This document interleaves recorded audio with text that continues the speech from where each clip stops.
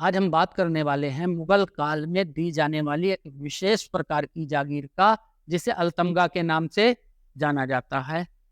अल्तमगा जागीर। अल्तमगा जागीर की शुरुआत जहांगीर ने की थी। अल्तमगा शब्द, इस शब्द की उत्पत्ति ओरिजिन तुर्की भाषा से है, जिसका अर्थ शाही मुहर या हाथ का निशान। शाही मुहर, हाथ का निशान।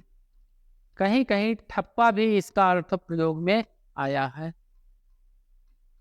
तो एक विशेष प्रकार की मुहर थी जिसे जागीर ये दी जाती थी।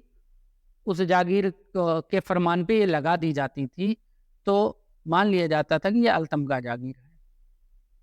सम्राट इसे ये जागीर विशिष्ट लोगों को देता था। सम्राट के खास लोग होते थे, जिनमें शाही परिवार का व्यक्ति हो सकता है, जिनमें कोई धर्म गुरु हो सकता है, धार्मिक मामलों का जानकार, जिनमें कोई उच्च अमीर हो सकता है।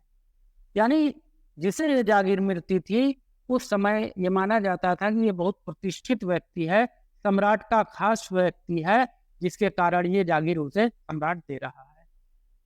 ये जागीर भरण पोषण के लिए दी जाती थी और वंशानुगत भी थी। ये जागीर बाप के बाद बेटे को, बेटे के बाद उसके बेटे को।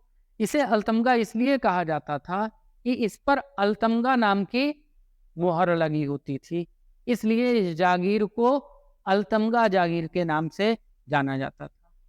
अल्तमगा जागीर के बारे में ये कहा जाता है कि जिसे ये जागीर मिलती थी, वो उस पर खेती करता, उससे लगान वसूल करता, उसकी देख रेख भी उसी की जिम्मेदारी थी।